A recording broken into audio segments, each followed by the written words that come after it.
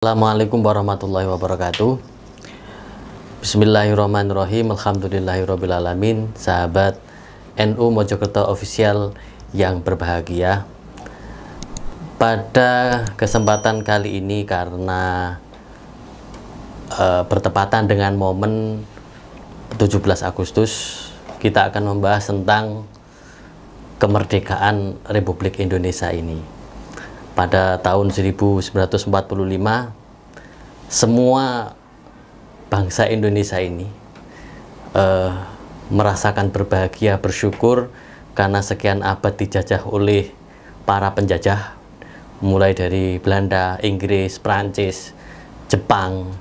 Pada akhirnya pada titik itu bangsa Indonesia bisa merdeka. Tetapi kebahagiaan itu ternyata tidak berlangsung lama, karena Belanda yang berkantor di Australia waktu itu ingin kembali menjajah Indonesia. Maka karena penjajahan yang akan dilakukan oleh Belanda ini kembali ke tanah air Indonesia ini, semua pejuang, founding father, para kiai, santri, kemudian berjuang melawan agar kemerdekaan itu tetap ada di tangan kita semuanya. Bahkan para kiai kemudian mengeluarkan sebuah fatwa, yakni yang dimotori oleh Hadratus Syekh Yai Hasyim Asy'ari, mengeluarkan resolusi jihad untuk berjuang melawan penjajahan kembali yang akan dilakukan oleh Belanda, sehingga kemudian para kiai-kiai yang di Mojokerto ya berjibaku berjuang untuk melawan Belanda ini. Nah, salah satu kiai yang sangat luar biasa ternyata juga tidak hanya sekedar yang ada di Jakarta, di kota-kota besar, tetapi di Mojokerto itu sendiri pun ada seorang pejuang, banyak pejuang-pejuang kemerdekaan yang sangat luar biasa jasanya bagi bangsa Indonesia ini.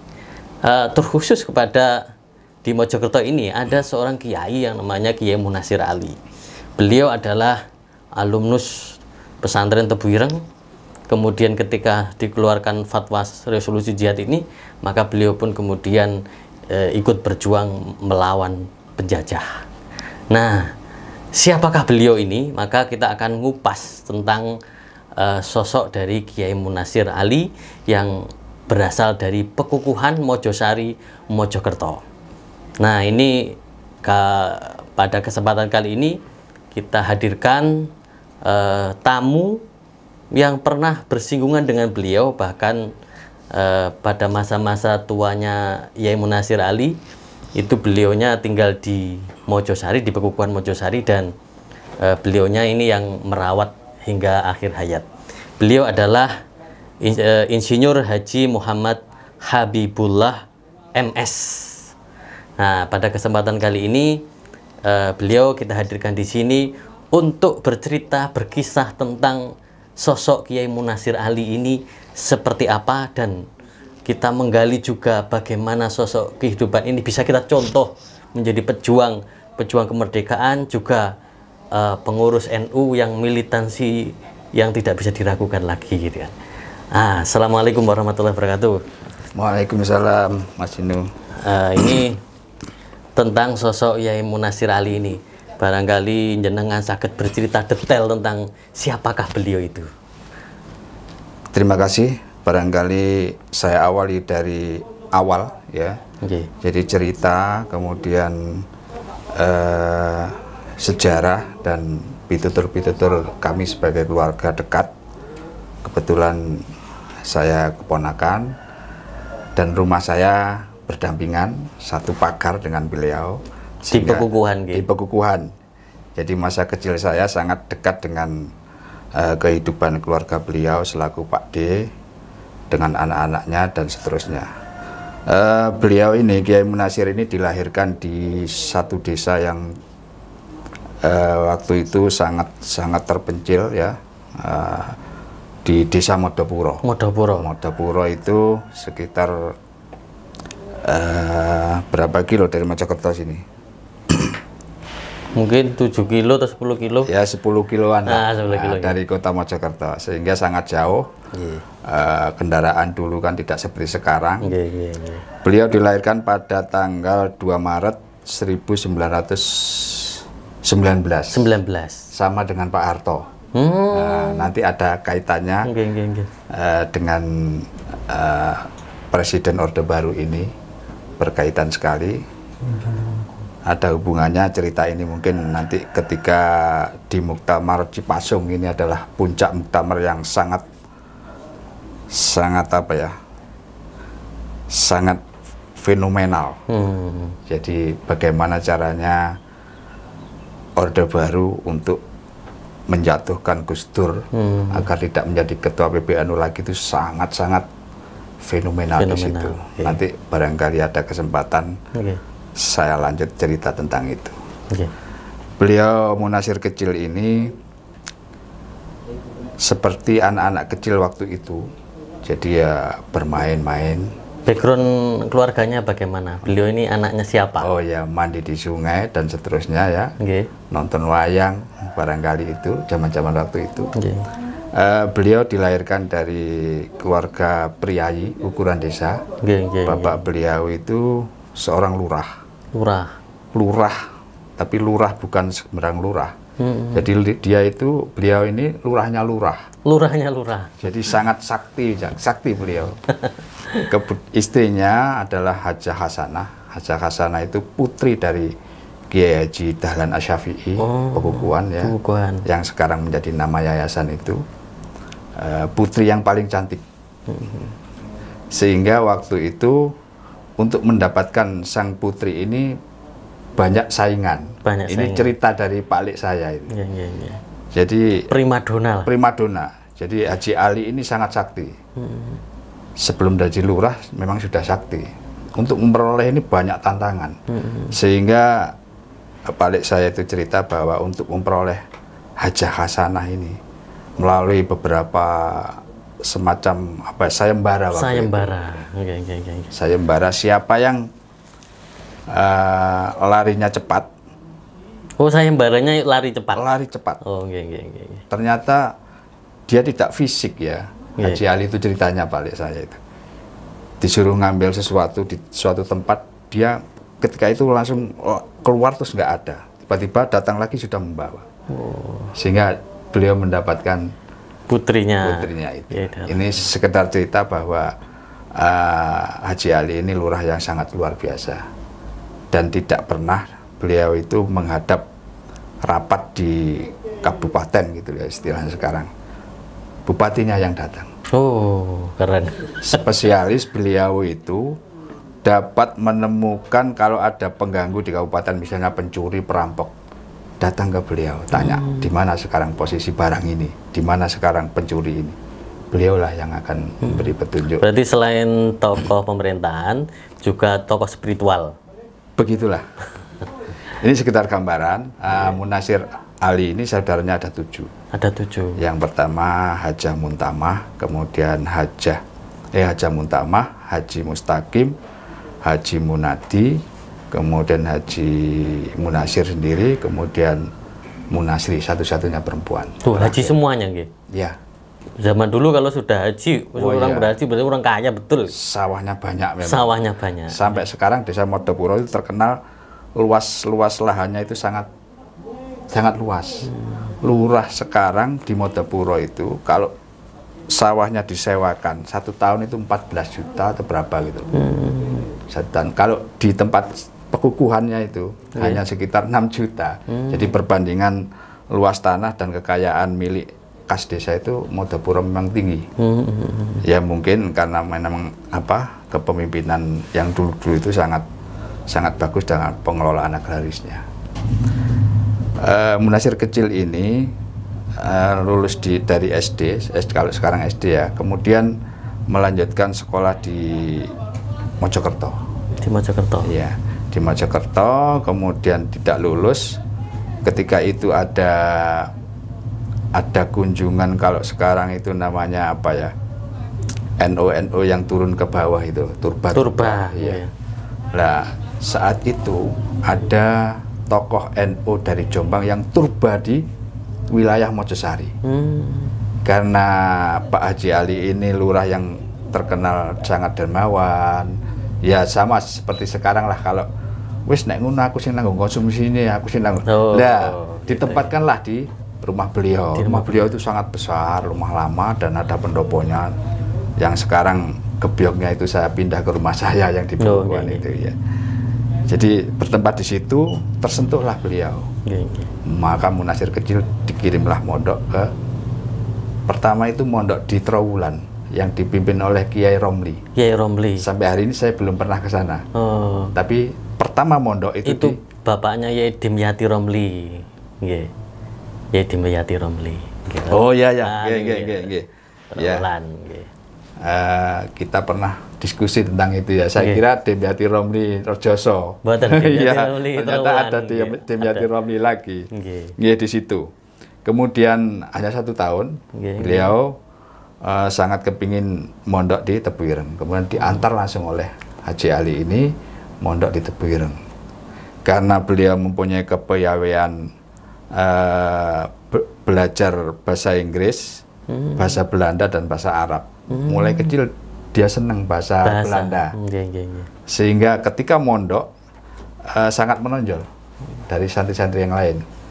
Waktu itu ya kelebihan anak-anak pondok dari daerah ya paling bahasa Arab. Tapi beliau itu pinter bahasa Belanda. Bahasa Belanda. Sehingga ketika remaja Kiai Wahid Hasyim yang waktu itu sudah berkecimpung di dunia politik nasional, tertarik untuk mendirikan semacam kelompok diskusi Nizamiyah. Nizamiyah, betul. Nah, di antara santri-santri yang dianggap bisa untuk diajak diskusi, Munasir remaja inilah yang direkrut. Termasuk Kiai Ahyad Khalimi. Kiai Ahyad Khalimi itu ahli di bidang Masail Diniyah. Masail Diniyah. Nah, maka bertemulah ya Munasir Ali sama Ahyad Khalimi itu di Tebuireng. Di kelompok diskusi Nizamiyah yang didirikan oleh Yai Wahid Hasyim. Sehingga kedepannya beliau melanjutkan perjuangan di luar pesantren, masih terkait antara Munasir Ali sama Ahyad Khalimi. Berarti kader langsung dari Yai Wahid Hasyim. Di situ saya pernah tanya kepada beliau, apa saja yang diajarkan di kelompok diskusi itu yang kira-kira membuat anggota kelompok diskusi ini sebagai pejuang yang pada akhirnya menjadi pejuang semua di daerah-daerah ketika menjadi pelopor, menjadi tokoh semua di daerah masing-masing. Ternyata satu, di samping tentang bagaimana meningkatkan pendidikan di pesantren, bagaimana pendidikan orang-orang anak-anak NU, satu yang sangat melekat dan jarang ditemui oleh lembaga-lembaga atau kelompok-kelompok yang lain adalah kebangsaan, nasionalisme di situ. Jadi kalau ada Nahdlatul Wathon ya di situlah. Di situ. Yeah. Tapi diskusinya juga tentang politik. Nah, waktu itu kan Pak Wahid Hasyim kan sudah berlalu lalang ke Jakarta, sehingga informasi itu informasi yang A1 yang valid dan didiskusikan di kelompok diskusi. Oh, menarik sekali. Sehingga semua kader yang menjadi kelompok di Nizamiyah itu menjadi kader-kader yang handal di kemudian hari. Tahu peta politik, peta nasional, nah bagaimana harus menyikapinya. Iya, dan itu melekat sampai menjadi sebuah karakter Kiai Munasir.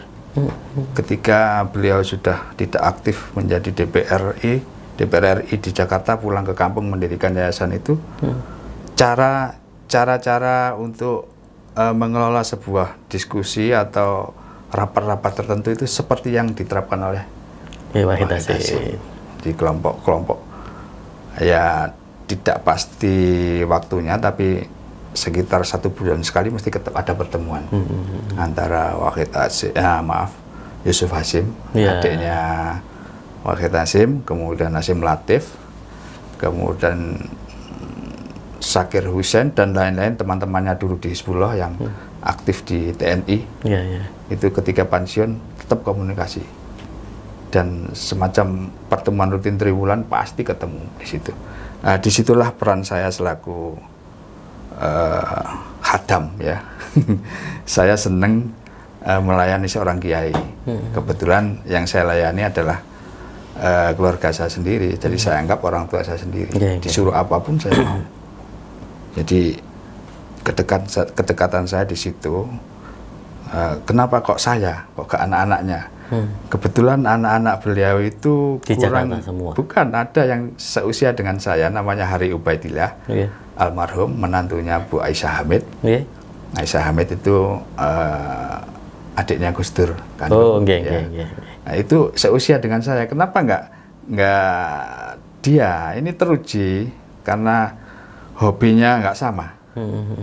Yang namanya Hari itu kalau diajak beliau dan rapat-rapat yang lama, monoton urusan orang-orang tua, itu dia nggak mau, jenuh katanya. Jenuh. Iya. Tapi saya seperti orang kehausan. Ketika diajak rapat itu nggak tahu ya, saya itu seneng. Sekolah saya tinggal. Oh gitu. Saya waktu itu SMA Islam Brawijaya. Ya, yayasannya ya waktu itu masih Mbah Yat sendiri ya. Jadi ketika saya kalau ada masalah di sekolahnya langsung ke Abayat saja. Oh, jenengan kan memiliki kedekatan. Barangkali pernah cerita tentang perjuangan beliau ketika berjuang melawan Belanda itu seperti apa? Mungkin ada yang sesuatu yang unik, yang menarik. Ada. Banyak hal yang beliau ceritakan. Beliau ini memang waktu itu ya kita awali dari Tebuireng. Karena perlawanan terhadap penjajah ini sudah menjadi sebuah tekad di lembaga Pondok Pesantren Tebuireng yang dipimpin langsung oleh Hadratus Syekh waktu itu. Adiknya Yai Wahid Hasyim ada yang namanya Kholik Hasyim. Beliau itu pernah bertemu Yai Munasir ketika mondok di Jawa Tengah. Sama Yai Makhrus Ali Lirboyo itu satu alumni. Yai Munasir ini sering mondok pindah-pindah memang.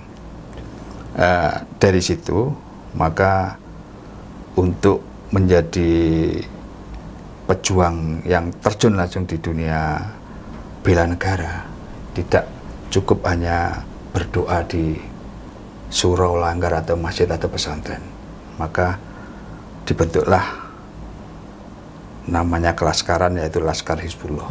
Jadi Hizbullah ini didirikan atas inisiatif dari Tebuireng dan kiai-kiai yang tergabung dalam kelompok diskusi. Mbah Hasyim sendiri itu juga punya kelompok diskusi. Jadi bukan kelompok diskusi seperti yang didirikan oleh putranya Wahid Hasyim, tetapi lebih menekankan pada nasionalisme yang religius. Jadi ada kelompok sendiri, sehingga didirikanlah Hizbullah. Yai Munasir ini termasuk orang yang memang punya sebuah taktik gitu loh ya. Kalau dikatakan di medan perang itu Yai Munasir ini orang yang kalem, tidak gampang terpancing, konseptor, dan bisa bahasa Belanda dan bahasa Inggris. Ini yang memang kelebihan di situ. Menonjolnya dari situ, sehingga komunikasi dengan pihak lawan, pihak Belanda, itu dibutuhkan orang yang fasih bahasa Belanda memang. Dan Yai Munasir ini seorang juru komunikasi yang bagus. Sehingga beliau sangat dibutuhkan sekali di Laskar Hizbullah yang dibentuk itu. Beliau mendirikan di Mojokerto dulu, diawali dengan Yai Halimi. Dulu rapat-rapatnya itu di pondoknya Mbah Yat itu, di Mentian itu kota Mojokerto. Terkadang di Kauman Mojosari. Langgarnya masih ada sekarang. Jadi Abayat itu kadang rapatnya di Abayat itu sangat ringan silaturahmi memang. Beliau pakai sepeda pancal itu ke Mojosari. Iya. Jadi rapat-rapat di sana tentang bagaimana melakukan gerakan di bawah tanah dalam rangka untuk membebaskan negeri ini dari penjajahan. Itu sudah dilakukan beliau-beliau alumni Nidhamiyah, khususnya Nidhamiyah. Jadi Nidhamiyah ini nanti kader-kadernya itu menjadi pejuang memang, dan sebagian besar aktif di Laskar Hizbullah. Ketika Presiden Soekarno itu membuat dekret bahwa kita harus membentuk sebuah tentara nasional ya, semua kelaskaran yang ada, yang menjadi pejuang, ada Peta, ada Kenil, ada macam-macam Laskar Minyak, dan Hizbullah. Iya. Ini dilebur untuk menjadi Tentara Nasional Indonesia waktu itu, belum ABRI ya. Iya. Maka Hizbullah dikirimlah 2 batalion. Ada 2 batalion yang dikirim untuk menjadi tentara aktif, karena diminta memang oleh Presiden, utusan Hizbullah itu. Yang 1 batalion dipimpin, diserahkan kepada, ya melalui rapat-rapat lah, dipimpin oleh Mayor Mansur Solihi. Mansur Solihi. Yang Orang Gedek. rumahnya Kauman ya, terakhir ya. Rumahnya aslinya Gedek. Gedek. Tapi tinggal di Kauman. Yang kemudian batalionnya dinamakan Batalion Mansur Solihi. Mansur Solihi. Kemudian menjadi Batalion Diponegoro. Okay. Yang 1 batalion itu dipimpin oleh Kiai Munasir Ali ini.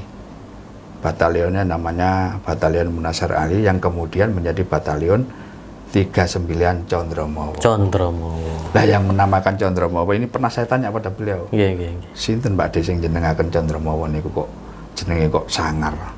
Oh, waktu itu memang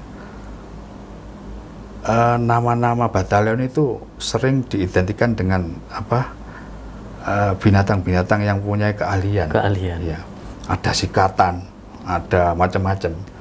Nah, kenapa kok Condromowo? Condromowo itu adalah seekor kucing yang mempunyai kelebihan kalau melihat burung atau tikus atau sesuatu yang mau dimangsa, dilihat itu sudah jatuh. Ternyata ini ada kaitannya. Berlanjut, kenapa kok Condromowo? Saya pikir-pikir. Cerita dari Hasyim Latif, Kiai Hasyim Latif, mantan ketua PWNU sepanjang yang sekarang punya YPM itu ya, Yayasan Pendidikan Ma'arif, yang sudah besar sekarang. Itu teman akar beliau memang. Saya tanya, Pak Hasyim, loh kenapa kok saya akrab ya? Bapak saya sendiri juga tentara dan di batalion itu, batalion Condromowo, sehingga ketika rapat-rapat Bapak saya juga terlibat. Dan saya pasti menjadi pelayan di situ. Saya nggak mau hanya ngantar beliau, kemudian saya duduk di luar nunggu, nggak mau saya. Bagaimana? Nggak tahu saya kok kepingin ya. Tertarik dengan omongan-omongan beliau, apa yang dibicarakan kok. Orang-orang ini serius sekali, mulai jam 8 habis sisa sampai habis subuh, itu kan menarik itu. Ngomong apa gitu. Sehingga saya nggak tahu ya, saya usia masih SMA kelas 1, kelas 2 lah. Kok tertarik, sehingga satu-satunya jalan, ini bukan trik atau politik strategi yang saya lakukan, enggak, saya tiba-tiba memang pingin melayani aja. Ini kok sugih kopi? Iya, karena saya memang seorang santri, sehingga senang melakukan itu. Bagian mengambilkan kopi, bikinkan kopi, sehingga paham beliau-beliau, Yusuf Hasyim, ya Yusuf Hasyim, Hasyim Latif, Hasyim Zakir Husain, banyak sekali yang saya kenal itu. Mereka sangat familiar dengan saya, nggak sukan-sukan. Beb, aku kopi ini dia gak ada gula, macam-macam. Aku tuh kok nomor martabak. Itu saya melayani itu, sehingga beliau-beliau ini sangat senang. Saya juga mendapat ilmu ternyata.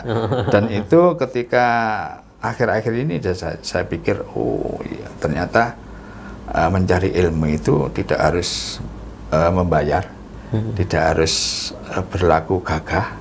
Jadi pelayan pun harus memperoleh ilmu, dan itu sangat bagus. Yang dilakukan Yai Munasir seperti yang dilakukan oleh Wahid Hasyim. Cara diskusinya memang sangat menjadi karakter beliau, dan beliau ini terkenal sangat tenang, menjadi penyelesai satu masalah di antara teman-temannya. Itu cerita itu saya dapat dari Yusuf Hasyim, ya Yusuf Hasyim. Kebetulan ketika saya mondok di Jombang itu, saya juga ikut nimbrung di ini majalah Tebu Ireng, sehingga ya Yusuf Hasyim itu dekat dengan saya. Ngomong, Bib, Pak Demu itu jaluk ilmu nih. Gak ono sing iso ngilang nek gak Pak Demu waktu itu. Oh, bisa menghilang ya? Bisa menghilang. Nah, ceritanya itu tadi. Kok lucu iso ngilang ya.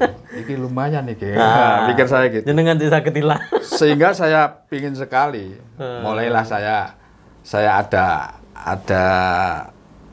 ada keinginan ya, ada keinginan untuk memperoleh sesuatu yang bermanfaat dari beliau. Ini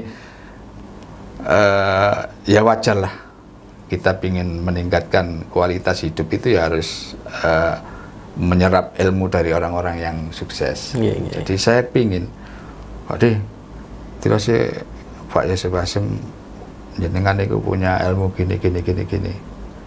Wah, Kak, cari sopo. Suatu saat pertemuan lagi saya desak terus. Sampai saya berpikir, oh saya mungkin nggak pantas mendapat ijazah ilmu itu. Tapi saya pernah dikasih amalan. Iki amalan selamat wocon, ditulis tangan sendiri beliau. Nggak tahu sekarang saya cari tulisan itu nggak ada, tapi sempat saya salin. Ya sederhana sebenarnya, seperti yang dilakukan wirid-wirid oleh kebanyakan orang umum. Bismillahirrahmanirrahim. Ma'asmihi syai'un fil ardi wala fis samai wa wasami'ul alim. Allahumma inni a'udzubika minal hamni wal husni wa a'udzubika minal jubni wal bukhl wa a'udzubika minal bukhli wa a'udzubika min ghalabati daini wa qahril dan seterusnya itu iki amalno, iki donga selamat. Nggih Pak De, saya bawa, saya amalkan, saya hafalkan. Iki wajon mari asar ambek mari subuh 3 kali. 3 kali yang bismillahirrahmanirrahim, yang selanjutnya itu 1 kali. Saya amalkan mulai saya umur 16.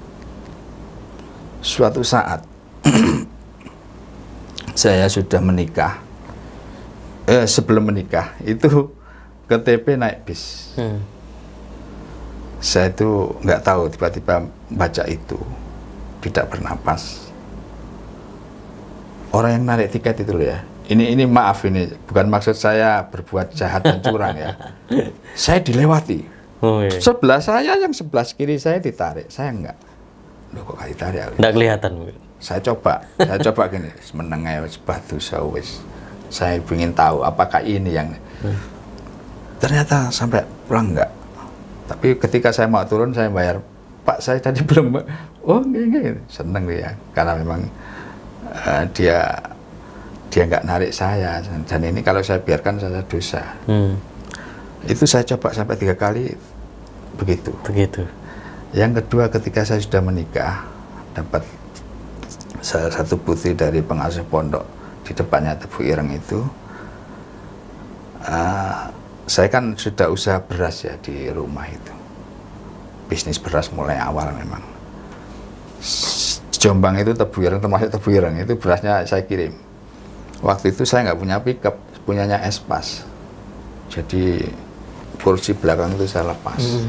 Saya isi beras, kirim ke pondoknya mertua sendiri, ke Tebu Ireng dan lain-lain. Itu seminggu 1 ton itu di Tebu Ireng itu. Nah, suatu saat saya dengan punya anak kecil, istri saya di sebelah. Itu tiba-tiba ini muatan belakang ini penuh beras. Karung-karung glansing-glansingan itu. Tiba-tiba konsleting ya. Mobil itu tiba-tiba kayak kebakar, banyak asap. Saya bingung, saya nggak ngerti mesinnya. Saya belokkan aja, minggir ke ada warung-warung di trotoar itu. Tiba-tiba kabel dari setir ke mesin itu kayak kebakar itu, mowo gitu. Lah spontanitas, istri saya suruh keluar, spontanitas saya pegang itu Mas. Saya nggak tahu kalau ya menurut logika ya, saya pegang, saya perut gitu, mowo itu, kabel itu, perut sampai mati. Dan selesai itu, tangan saya ini banyak ini, hitam kayak kena apa, mau kena sengatan. Iya, hitam bukan, hitam debu. Oh debu. Debunya mowo itu, kabel yang kebakar itu. Saya mikir loh, kok gak panas ya saya tadi ya. Dari situ saya berpikir, saya tanya ketika ketemu beliau, Pak De, saya pura-pura nggak menceritakan kejadian-kejadian itu. waktu zaman berapa motivasi, apakah saya ini kurang pantas? Beliau langsung, kamu kan sudah mengamalkan yang saya kasih.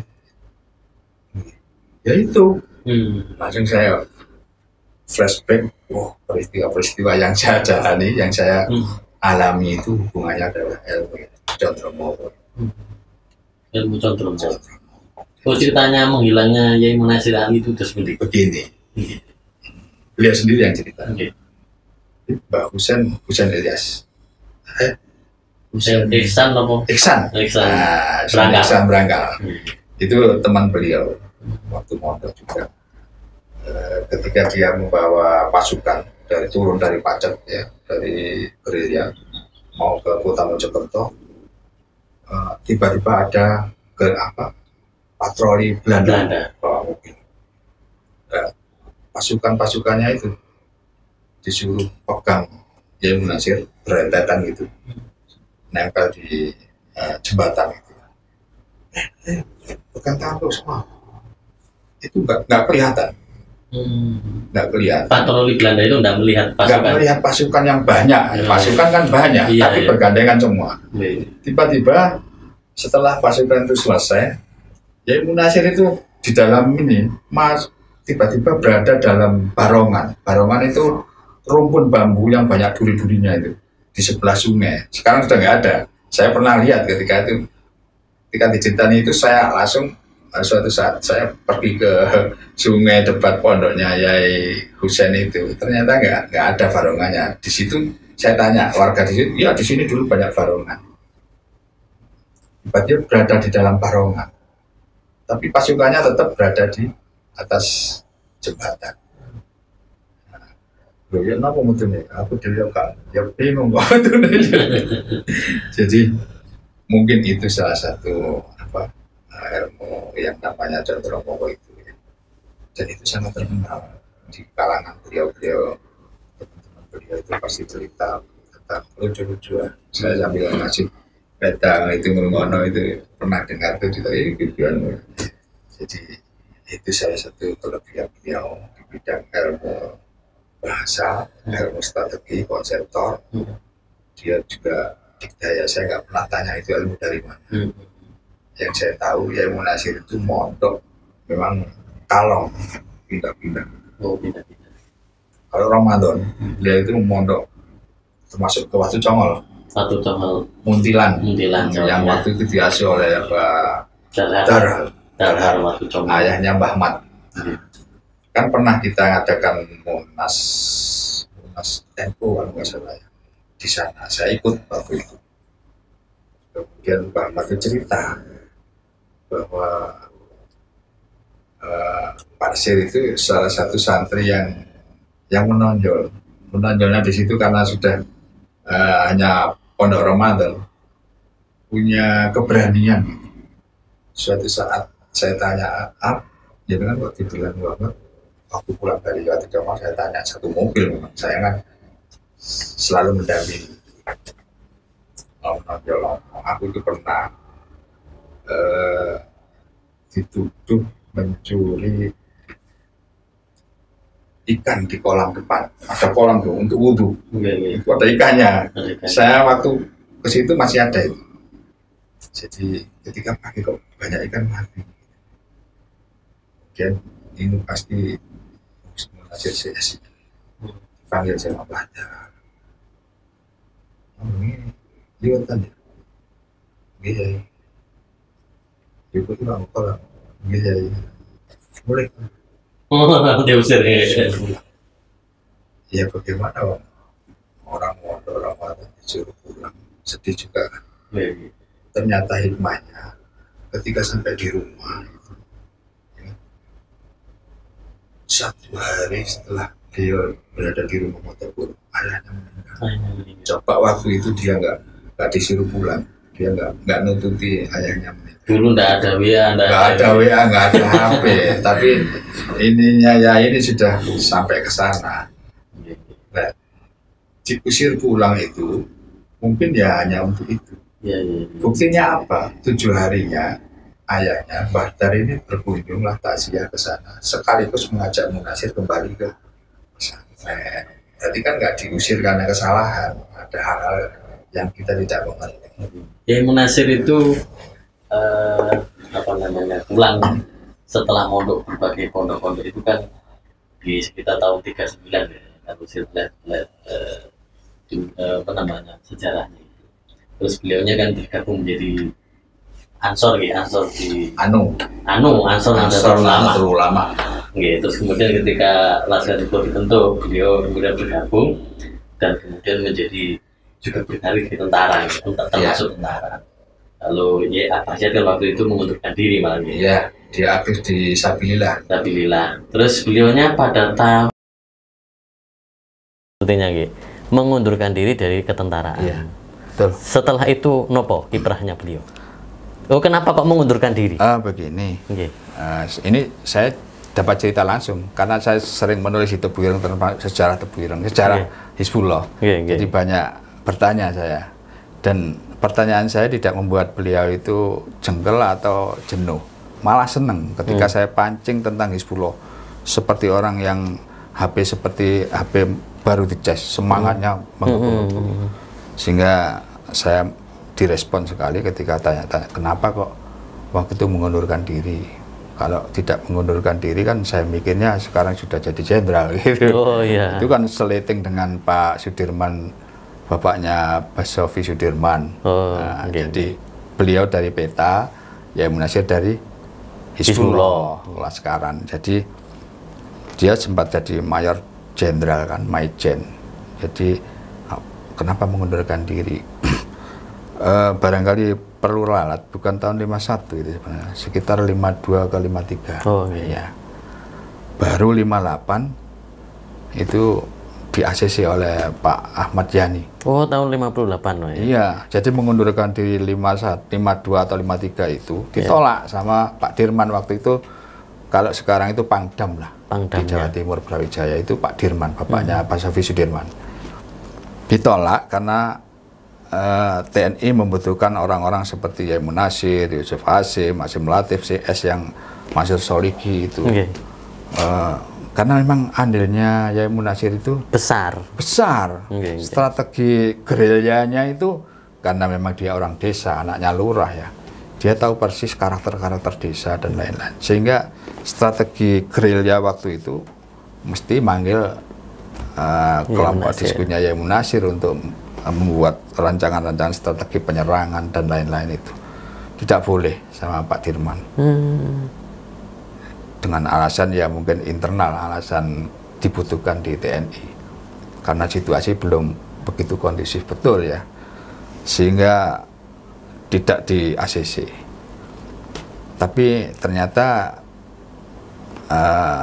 trio antara Kiai Munasir, Hasim Latif dan Kiai Haji Yusuf Hasim ini adalah 3 serangkai yang kedepannya itu memang sangat mewarnai di dunia politik, khususnya dari kader-kader NU. Ini saya dapat cerita langsung karena saya sering menulis di Tebu Ireng tentang sejarah Tebu Ireng, sejarah Hizbullah. Jadi banyak bertanya saya, dan pertanyaan saya tidak membuat beliau itu jengkel atau jenuh, malah seneng ketika saya pancing tentang Hizbullah. Seperti orang yang seperti HP baru dicas, semangatnya menggebu-gebu. Sehingga saya direspon sekali ketika tanya-tanya, kenapa kok waktu itu mengundurkan diri? Kalau tidak mengundurkan diri kan saya mikirnya sekarang sudah jadi jenderal gitu. Itu kan seliting dengan Pak Sudirman, bapaknya Basofi Sudirman. Jadi beliau dari PETA, Kiai Munasir dari Hizbullah Laskaran. Jadi dia sempat jadi mayor jenderal kan, Maijen. Jadi kenapa mengundurkan diri? Barangkali perlu ralat, bukan tahun 51 itu sebenarnya, sekitar 52 ke 53. Ya. Baru 58 itu di-ACC oleh Pak Ahmad Yani. Tahun 58 ya. Iya, jadi mengundurkan diri 52 atau 53 itu ditolak sama Pak Dirman waktu itu. Kalau sekarang itu Pangdam lah. Di Jawa Timur Brawijaya itu Pak Dirman, bapaknya Pak Sofi Sudirman. Ditolak karena TNI membutuhkan orang-orang seperti Kiai Munasir, Yusuf Hasim, Hasim Latif, CS yang Masyur Soligi itu. Okay. Karena memang andilnya Yai Munasir itu besar. Okay. Strategi gerilyanya itu karena memang dia orang desa, anaknya lurah ya. Dia tahu persis karakter-karakter desa dan lain-lain. Sehingga strategi gerilya waktu itu mesti manggil kelompok diskunya Yai Munasir untuk membuat rancangan-rancangan strategi penyerangan dan lain-lain itu. Tidak boleh sama Pak Dirman. Dengan alasan ya mungkin internal, alasan dibutuhkan di TNI. Karena situasi belum begitu kondusif betul ya. Sehingga tidak di ACC. Tapi ternyata trio antara Yai Munasir, Hasyim Latif dan Kiai Haji Yusuf Hasyim ini adalah 3 serangkai yang kedepannya itu memang sangat mewarnai di dunia politik, khususnya dari kader-kader NU. Ternyata beliau diam-diam itu sudah aktif di NU. Jadi ini harus mengundurkan diri. Kalau enggak, saya nggak bisa berkiprah lebih leluasa di NU. Karena beliau sangat dibutuhkan. Mungkin ya pikiran saya itu ini pasti ada kaitannya dengan instruksi Hadratus Syekh mungkin. Jadi dibutuhkan di NU itu tanda kutip ini mengundurkan diri. Tapi bapak saya nggak mengundurkan diri. Bapak saya masih terus. Bapak saya juga di Batalion Condromowo. Beliau langsung ke pusat, ke Mabes, menghadap kepada Ahmad Yani dengan alasan-alasan yang sangat objektif, dengan pertimbangan-pertimbangan politis strategis. Maka Pak Ahmad Yani juga mempersilahkan. Itu berapa selang tahun 53 sampai 58 itu ya 5 tahunan itu baru di ACC. Tapi Yai Munasir sudah aktif di NU diam-diam. Pada waktu itu juga berdiri ya Partai NU ya, tahun 55. Dia aktif di itu sudah gerilya. Jadi sudah mantap lah. Keinginan yang pokok adalah ingin lebih berkiprah kepada masyarakat, lebih leluasa, tidak terikat dengan disiplin ketentaraan, aturan-aturan yang sangat mengikat dan membatasi. Itu alasan beliau. Terus akhirnya itu jadi DPR lah zaman dulu. Oh ya, dari NU. Dari NU, Partai NU. Ya, Partai NU. Tahun berapa nih? Wah, saya lupa itu ya. Saya lupa gitu. Itu masih ini DPR Gotong Royong. DPR Gotong Royong. Gotong Royong dari Partai NU. Beliau Yusuf Hasyim, kemudian Hasyim Latif, kemudian Zakir Husain aktif di TNI. Anak buahnya yang komandan-komandan kompi itu diantaranya Yusuf Hasyim, Hasyim Latif, Zakir Husain, terus ada Zakir lagi. Zakir Abu Bakar itu sepupunya bapak saya, juga sepupunya Yai Munasir. Di batalion itu juga. Itu tidak mengundurkan diri. Jadi terus menjadi TNI. Ada yang Zakir Husain itu bapaknya Yusuf Husni, yang ketua Kosgoro Jawa Timur sekarang. Itu tetap berlanjut sampai menjadi Komandan Kodim di Madura. Tapi kemudian tinggal di Jakarta gitu.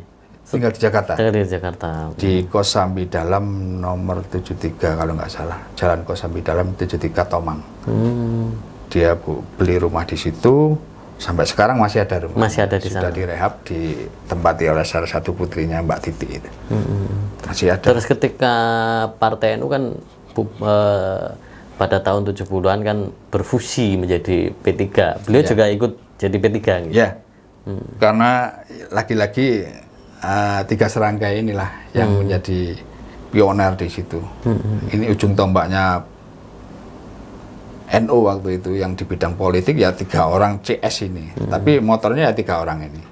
Seringkali kalau pulang ke daerah pasti pulang semua. Ngumpulnya di rumah pekukuan itu. Oh gitu. Nah, saya pelayan. Sering dijadikan tempat diskusi. Tempat diskusi. Jadi masuk ke P3, jadilah semua dulu kan nomor urut ya. Iya. nomor urut pasti nomor 1, 2, 3 Iya, gitu ya. Yang dapil sekarang dapil istilahnya, dulu saya nggak tahu. Jawa Timur pokoknya. Ketiga-tiganya dari Jawa Timur, nggak tahu dapil mana, saya belum ngerti dapil waktu itu.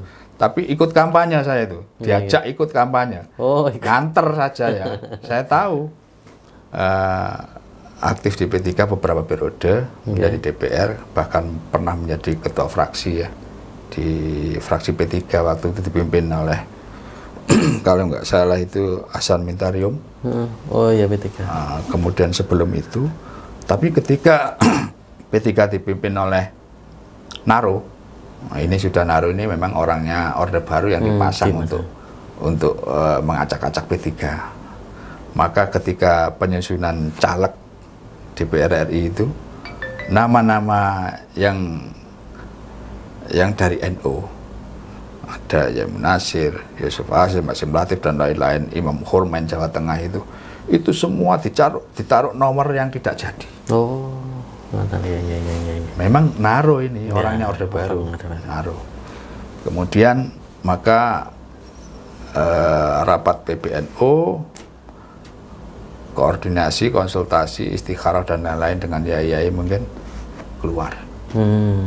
Keluar dari P3. Keluar dari P3. Tetapi ada tetapinya. Lagi-lagi ilmu siasahnya ini yang menjadi menjadi semangat untuk membuat kebijakan-kebijakan di bidang politik untuk kepentingan NU ya, khususnya kepentingan bangsa dan negara. Maka ketika orang yang melakukan pengembosan P3. Oh, P3 digembosi? Digembosi. Dengan apa ini? Dengan cara apa ini? Kampanye. Kampanye. Di Jawa Timur tuh saya ikut juga. Waktu itu Mahbub Junaidi juga DPR kan. Iya. Yang kelompok muda NU, Mahbub Pak. Junaidi dari wartawan itu. Pendiri PMI kan nggak salah. Datang ke Pakukuan melakukan pengembosan di Jember. Saya ikut, diajak. Saya ini namanya khatam yang melayani beliau ya. Nek wudu nggak no arloji ini rolek gitu. Iya. Kawan arloji awas hilang larang itu. Saya ingat itu. Saya nggak tahu kemana rolek itu. Iya. Itu kalau saya disuruh beli saya beli itu berapapun. Sejarah itu. Sejarah. Mesti saya disuruh bawa itu. Saking sayangnya nggak tahu beli sendiri atau dikasih hadiah oleh orang lain, saya nggak tahu. Sayang sekali dengan arloji itu.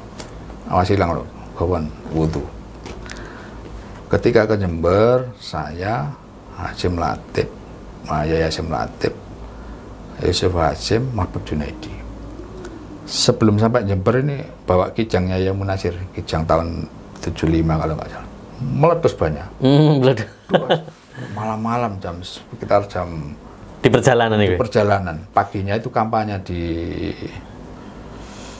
Tanggul. Tanggul Jember. Jadi malam di tengah jalan nggak ada orang, meletus. Nyeletuklah Mahbub Junaidi yang ahli jurnalis itu. Yeah. Misi kita ini menggembosi. Kita digembosi oleh Allah duluan ini. Itu saya ingat itu guyonan-guyonan seperti itu. Kamu yang salah itu, paling kurang ikhlas dan lain-lain. Guyonan itu menjadi candaan. Kemudian ada sepeda motor datang. Pak, waduh, dari mana ini? Ini Yusuf Hasim dari Tebuireng. Tebuireng. Langsung orang itu langsung bantu, terus pulang sebentar ngajak orang-orang jamaahnya ya, jamaah di desa itu membantu semua. Karena orang itu ternyata alumni Tebuireng. Oh. Malam-malam nggak tahu, peteng kan dulu nggak ada lampu, nggak tahu itu Yusuf Hasim. Ketika diperkenalkan sama Pak Mahbub, ini Pak Yusuf Hasim dilihat ya, langsung cium tangan macam-macam, kembali pulang ngajak orang sekampung itu jamaahnya. Bantu selesai, diajak. Ternyata pulang tadi tidak hanya mengajak orang-orang membantu menyelesaikan ban meletus. Nyuruh istrinya masak, beleh petik dan lain-lain. Oh, dijamu. Malam ya. Kita nggak boleh berangkat dulu karena kita cerita besok pagi itu kampanye di Tanggul. Kalau begitu waktunya masih panjang Pak Yai. Monggo pinara. Nyenengaken nyonya kula pun masak beleh petik macam-macam. Wis nggak usah nanti. Saya berpikir yang paling mudah, weteng lesu, kok gak gelem sih. Ternyata dengan untuk menghargai beliau ke rumahnya, ternyata benar di situ. Orang perempuan-perempuan tidak hanya yang punya rumah istrinya, yang santri tadi, ternyata tetangga-tetangga ikut masak. Sehingga cepat sekali, ban selesai kita ke sana sudah matang. Ya, Munasir Ali tidak hanya di dunia politik, di PBNU posisi beliau sebagai apa? Begini, karena memang menurut saya, pengamatan saya, prediksi saya waktu itu keluar dari tentara itu pingin kiprah di PNU lebih leluasa. Beliau pernah menjadi mustasar. Zamannya Gus Dur ya. Pernah menjadi wakil ketua zamannya Anwar Nuris, menjadi sekretaris. Pernah menjadi sekretaris zamannya saya lupa. PBNU. Jadi banyak posisi-posisi berganti-berganti tiap periode, tiap masa khidmat. Tetapi beliau tetap menjadi penengah di antara berbagai. Iya, meskipun posisi kadang-kadang ditanfid. Tapi beliau itu kalau ada masalah di Suriah, beliau yang menengahi, yang dimintai untuk menyelesaikan masalah. Karena independensi beliau itu saya rasakan betul, tidak berpihak pada siapapun. Ketika ada masalah mesti berhasil diselesaikan dengan gembira oleh kedua belah pihak.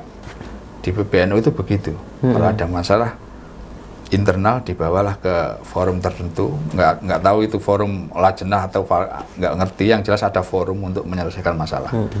Di situ pasti Pak Sir menjadi penyelesai, meskipun waktu itu posisinya tidak di Suriah.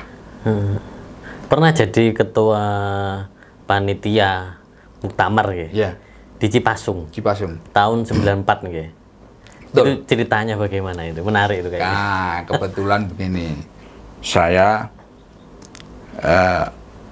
awal-awalnya sudah ini, bagaimana caranya Presiden Soeharto itu menggagalkan Gus Dur menjadi ketua PBNU untuk periode selanjutnya, karena memang dianggap duri oleh Orde Baru itu. Karena paling berani vokal juga. Berani ya, tanpa tabeng aling-aling berani ngomong, dan ini bahaya bagi pemerintahan Orde Baru. Maka satu-satunya jalan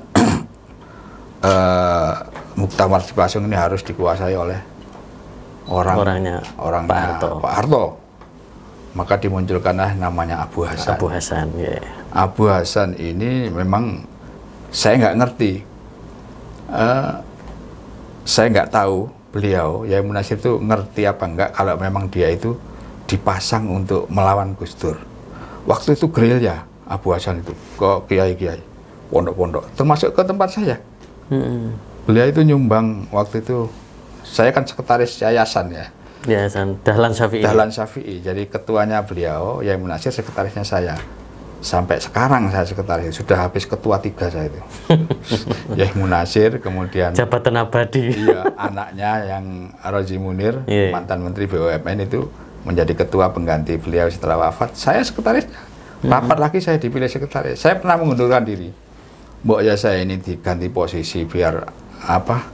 Ada refreshing lah posisi saya ini. Nggak, kamu itu di sekretaris saja. Kemudian beliau wafat, ganti adiknya yang namanya Ahmad Lutfi, Insinyur Ahmad Lutfi yang berada di Pertamina itu. Saya sekretarisnya, karena rata-rata yang menjadi ketua orang sibuk semua, sehingga sekretaris ini kan ibaratnya dapur organisasi. Saya yang ngurusi A, B, C sampai Z, tinggal mereka ketua-ketua tinggal menerima laporan saya dari daerah itu. Diberi bantuan sama Abu Hasan nih, Pak? Iya, diberi bantuan. Diberi bantuan, saya sekretaris yayasan yang termasuk menandatangani berita acara itu. Karena memang saya sangat senang di sekretaris itu, sehingga sekecil itu pun peristiwa itu saya abadikan dalam bentuk berita acara. Saya buatkan berita acara, kemudian tantangani. Kalau nggak salah 25 juta waktu itu. Udah besar loh. Oh, itu sudah saya bikin lokal, 2 lokal, yang atas itu tingkat los ya. Saya buat lab. Itu habis 35. Jadi dari Abu Hasan 25 juta. rupanya beliau nggak tahu kalau Abu Hasan itu mau seumpama tahu, saya yakin tidak diterima atau ditolak. Waktu itu nggak ditolak, ya terima kasih atas bantuannya gitu. Berarti nggak tahu kalau dia mau melawan Gus Dur. Itu masih jauh dari muktamar, 1 tahun sudah gerilya dia.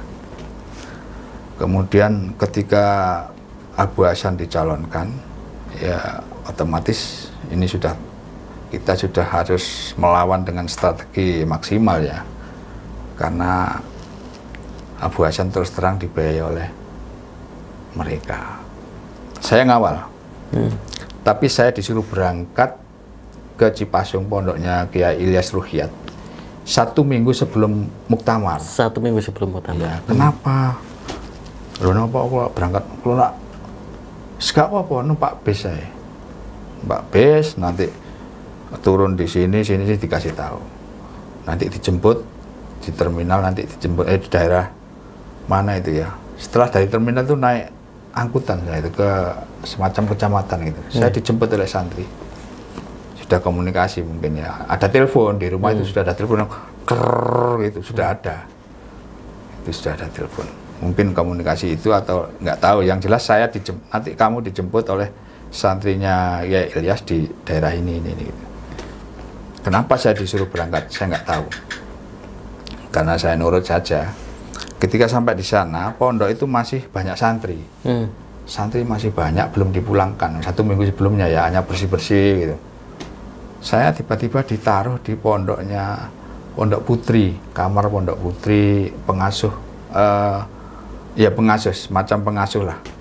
Di situ saya masuk, masih ada putri, pondok-pondok belum pulang gitu. Terus mau mandi gitu ya.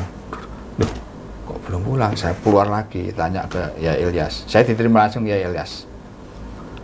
Yai kok masih ada santri? Loh, masih ada, belum dibersihkan. Dereng Yai. Kalau gitu sampean kumpul Mbak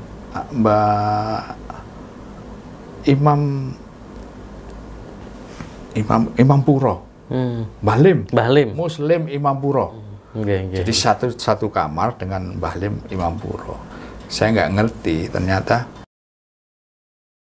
memang saya ditugaskan ini melalui juru bicara. Mbah Lim kalau bicara kan gagap ya, bawa gitu. Saya nggak ngerti.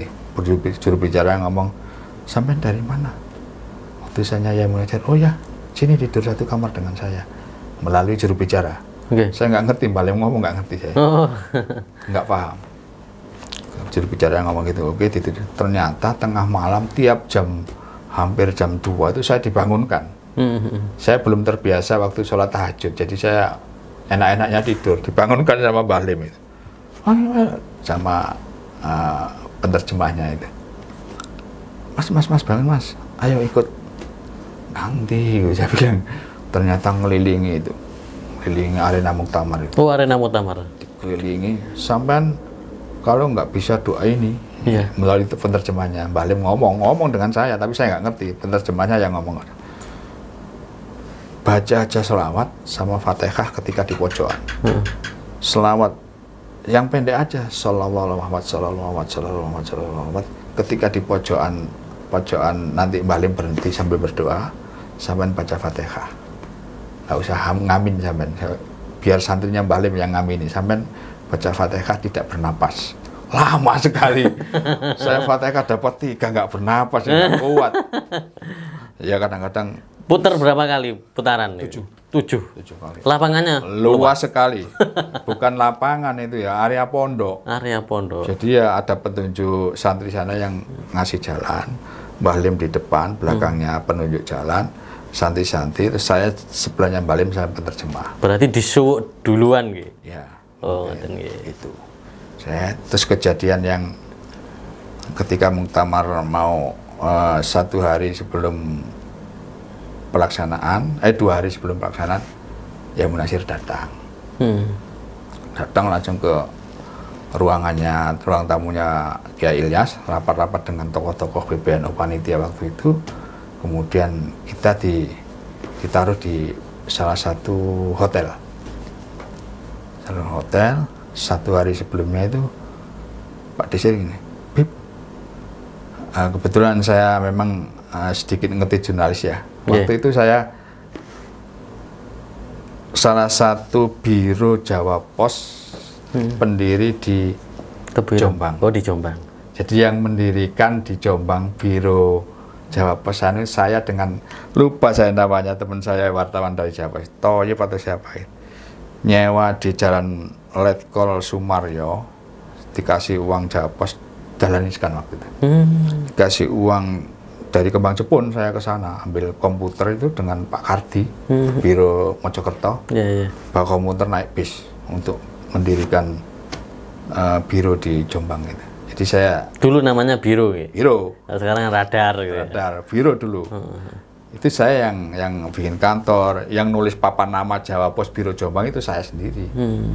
Jadi saya ada ilmu jurnalis sedikit, maka Pak Debib, aku konsepnya sambutan. Ini ternyata menjadi sejarah ini ternyata. Tulisan saya, konsepan saya itu. Sambutan apa? Lamben ini aku. Sambutan ketua panitia. Ketua panitia lah sambutan. Intinya ya apa Pak De? Intinya gini, termasuk menyindir Pak Harto tentang aku iki wis tuwek. Kok cek gelem dipilih menjadi ketua. Itu sindiran Pak Harto yang selalu nyalonkan. Iya. Sampai 32 tahun. Itu yang menjadi viral ya kalau istilah sekarang waktu itu. Saya yang nulis tangan itu. Pak dia hanya ngomong, saya ingin pidato saya itu ada kesan bahwa saya ini masih berambisi menjadi ketua. Meskipun ditunjuk saya mau. Seharusnya kan saya nggak mau. Iya. Nah, itu ya apa redaksimu tulisan. Saya yang maksud. Di antaranya saya ini sudah tua. Seharusnya tidak berambisi menjadi ketua panitia karena masih ada banyak pemuda-pemuda yang lebih bagus dari saya yang layak. Kenapa saya mau? Ya mungkin saya masih berambisi, mungkin gitu. Ngomongnya gitu Om Nasir. Tapi saya redaksinya nggak begitu. Terus ini membuat saya berarti menyumbat proses regenerasi organisasi ini. Itu yang membuat viral ketika dibacakan itu. Dibaca itu. Ibnu Nasir nggak baca itu. Bawa lah. Saya lupa waktu itu dibaca apa enggak. Yang jelas tulisan tangan itu dibawa. Kebetulan tulisan saya itu gampang dibaca. Bukan berarti bagus, tapi gampang dibaca. Jadi saya tulis tangan dibawa. Tapi sebelum itu menjadi tulisan resmi yang akan dibaca oleh beliau di podium waktu pembukaan, Mas Rozi datang. Iya. Saya konsepnya tak wajar ya, banyak yang diralat-ralat itu banyak. Terlalu keras macam-macam. Mas Rozi yang bagian ngoreksi, ngeralat itu. Tapi yang itu tidak diralat. Bahasanya bahasa apa ya, gampang dicerna, nggak diralat. Terus yang menjadi beberapa kali kami diteror. Oh, diteror. Pasca ini pembukaan. Belum pembukaan. Proses itu banyak orang cepak-cepak itu berkeliling. Saya nggak tahu di luar ternyata banyak banser-banser yang saya tanya. Hotel saya kan dijaga banser-banser itu. Anu Pak, di luar ada tank ya, di luar arena muktamar. Oh, kok ada tank barangnya dari Korem. Kenapa kok dia mana? Ternyata memang ya apa caranya Gus Dur Roto. Saya nggak tahu rencana-rencana di luar itu. Yang jelas ada masukan dari banser, intelnya banser itu memberi masukan pada Pak D melalui saya. Karena siapapun yang masuk ke kamar hotel saya itu harus melalui saya. Saya yang diwanti-wanti oleh Maharaji, jangan tinggalkan kamar, jangan jauh dari Bapak. Kalau ada apa-apa kamu nanti yang saya bakar kamu. Itu sambil serius gitu. Wedi aku. Kok sampai gini ya? Kok sampai situasinya begini gitu? Sampai kamu saya bakar nanti kan? Sampai begitu Mahrozi sama saya. Kalau saya namanya anak muda ya, sering kalau nggak seketat itu ya saya tinggal ngopi. Mungkin tahu kalau saya sering tinggal ngopi, cari sampai di pengeras suara, Habib ya Munasir mencari Habib, itu sering di forum-forum ya sebelumnya. Keras sekali berarti muktamar waktu itu. Iya, saat itu nggak boleh saya. Suatu saat ada tamu dari Medan, seorang pengusaha, ajudannya itu banyak, bawa tas seperti yang saya bawa tadi, tas kecil itu. Ya Munasir ada Pak, bisa ketemu dari mana? Ini. Saya telepon Mas Roji, Pak, di hotel kan ada teleponnya ya, telepon Mas Roji, di kamarnya Mas Roji, terus Mas Roji keluar, saya bingung, terus Pak Desir, wis gak apa, kono gue masuk, tapi saya harus ngikuti terus, nggak boleh. Ternyata dia menyodorkan cek, Yai, ini damelan Yai, membantu damel pondok, monggo dipun serat sak kebutuhan Yai. Hak itu, saya melihat sendiri. Wah, saya nggak berani, saya tak manggil anak saya dulu.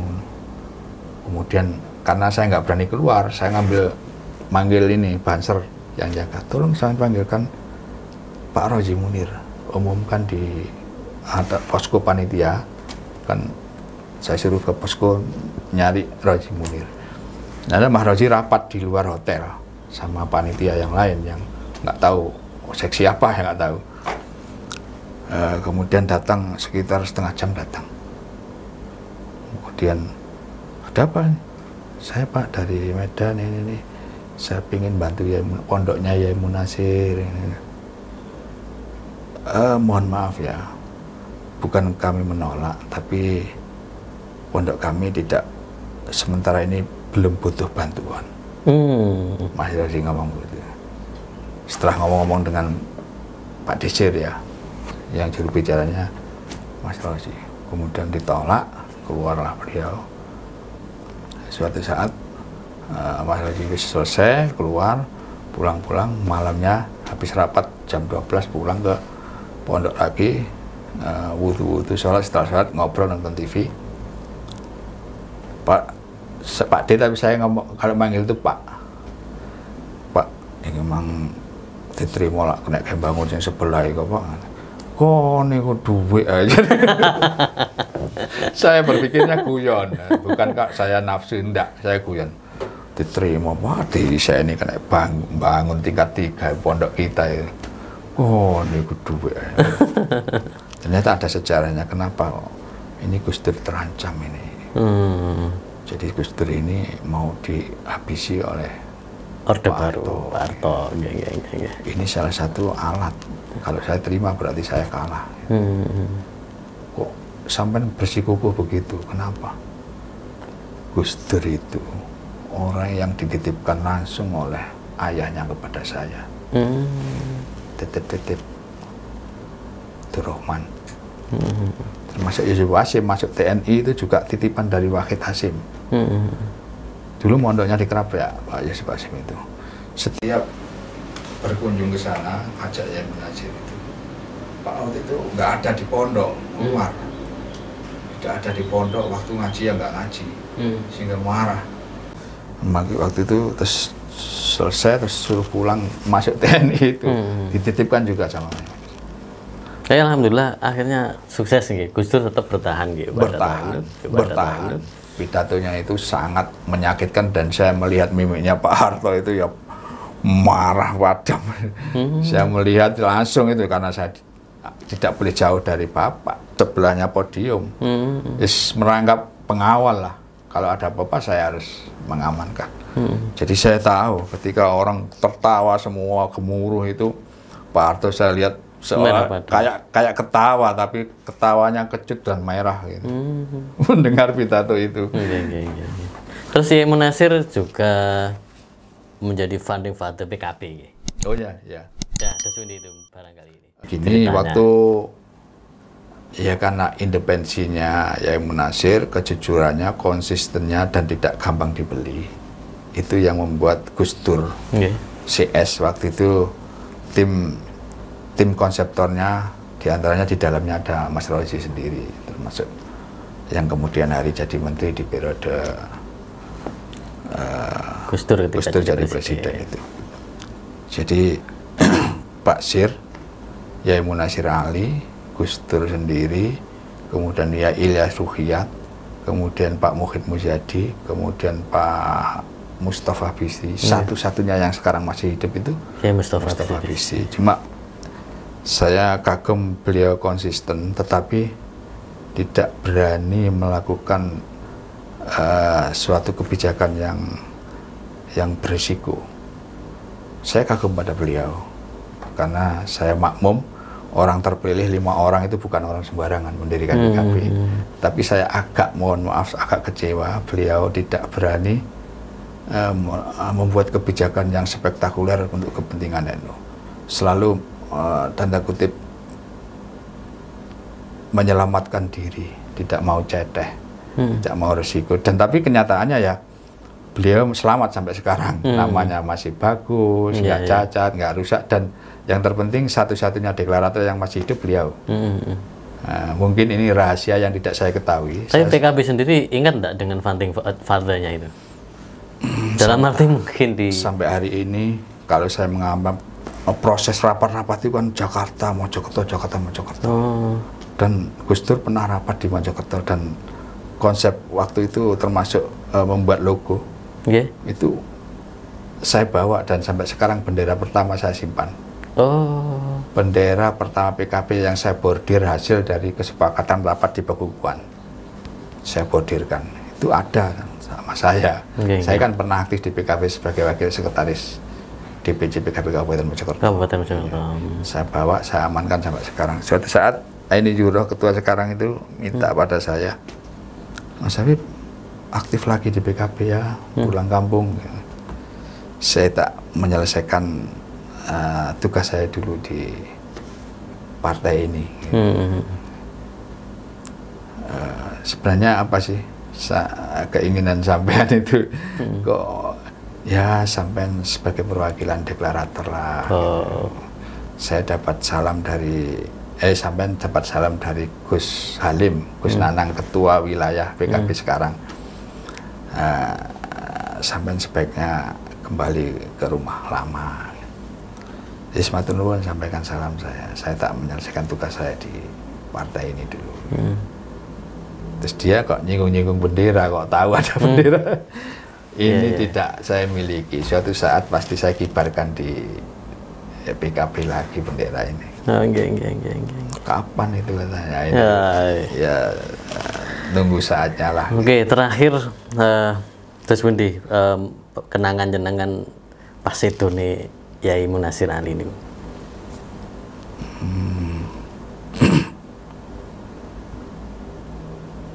Saya sangat terpukul sebagai keluarga yang mendampingi beliau lama sekali ya.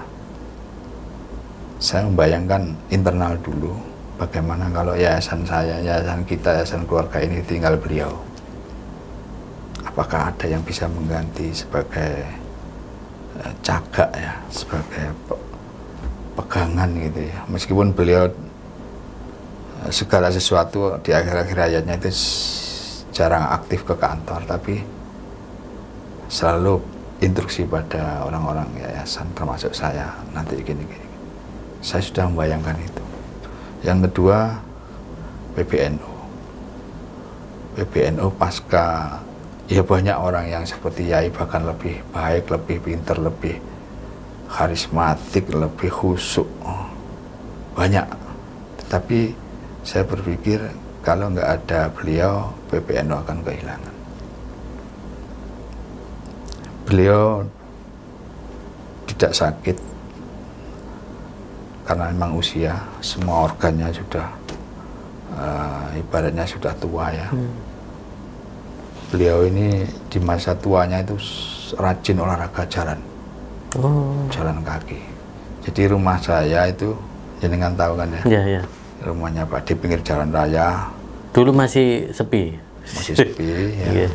Rumah saya juga rumah lama, rumah yang ada cagaknya bunter-bunter, rumah lama Belanda itu ya. Rumahnya Pak Dirjen juga gitu.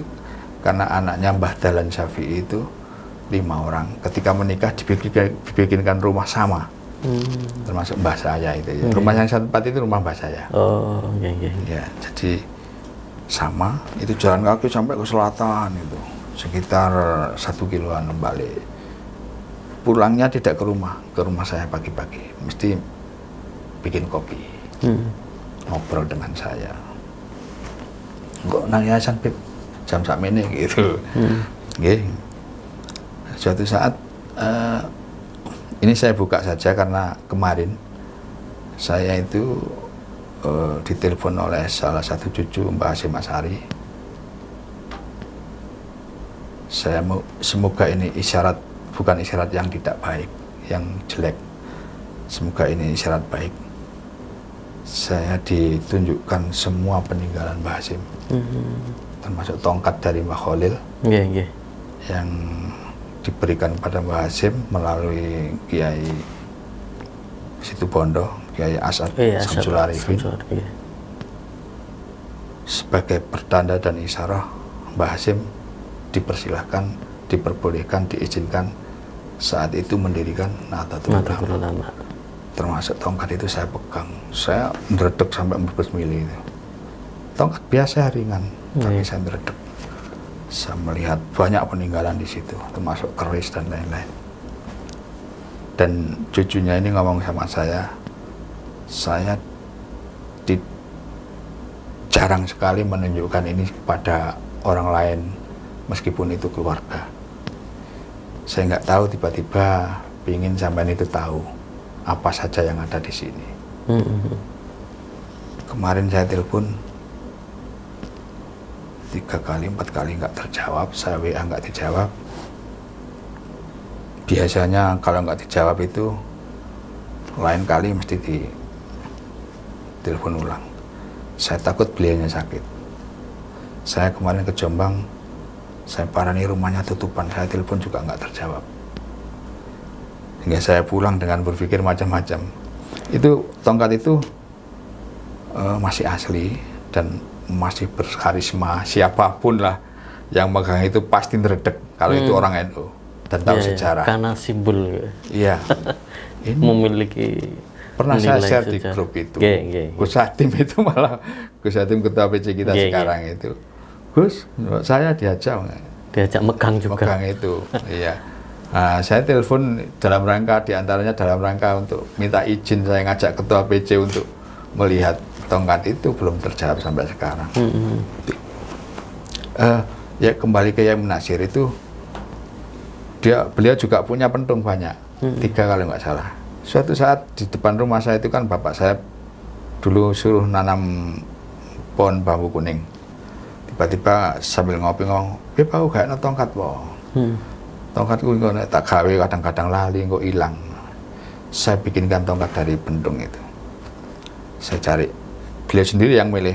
Yang mana, Pak De? Ini loh, sing tua itu. Pohon bambu kuning. Saya buatkan. Kemudian dipakai beliau tiap hari sampai ayatnya ke rumah sakit itu pun bawa pentung itu. Sehingga yang diketahui oleh teman-teman NU itu ya pendungnya Yai Munasir ya itu. Padahal ada yang asli. Yang itu ya asli, dia sendiri yang minta. Tapi ada lagi pendung yang suatu saat Cak Anam itu bikin museum itu. Oh, Cak Anam niku. Anam mantan ketua BW Ansor. Oh iya. Jawa Timur. Bikin museum butuh beberapa ini peninggalan Yai Munasir. Saya kasih pendung itu ditaruh sana sekarang. Ditaruh di Museum NU di jalan apa itu? Kantor PKB lama itu. Depannya itu. Beliau sakit itu tidak ada yang dirasakan. Ketika masih sadar itu saya tanya, "Ya Mbak Ani wis gak enak." Setelah saya ke orang-orang ngerti, kiai-kiai, ya Munasir itu sulit itu kalau ilmunya nggak dibuang dulu. Ilmu Condramu apa itu? Ya Allah, saya baru ingat.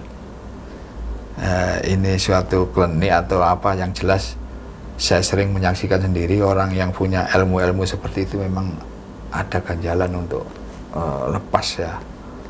Tapi ada jalan. Ketika saya ngomong ke Mas Haji, Mas, Bapak iki ilmunya masih nempel. Kayaknya kasihan kalau nggak dilepas. Jenengan ikhtiar lah. Waktu itu masih menteri. Masih menteri. Kemudian ikhtiar ke kiai-kiai, dibawa ke Jakarta itu selepas. Saya nggak tahu Condromowo ini hinggap di mana sekarang. Tapi menurut ilmu yang saya pelajari, ilmu seperti itu menurun tidak harus kepada keturunan secara biologis, tidak harus. Dia akan mencari tempat siapa yang cocok.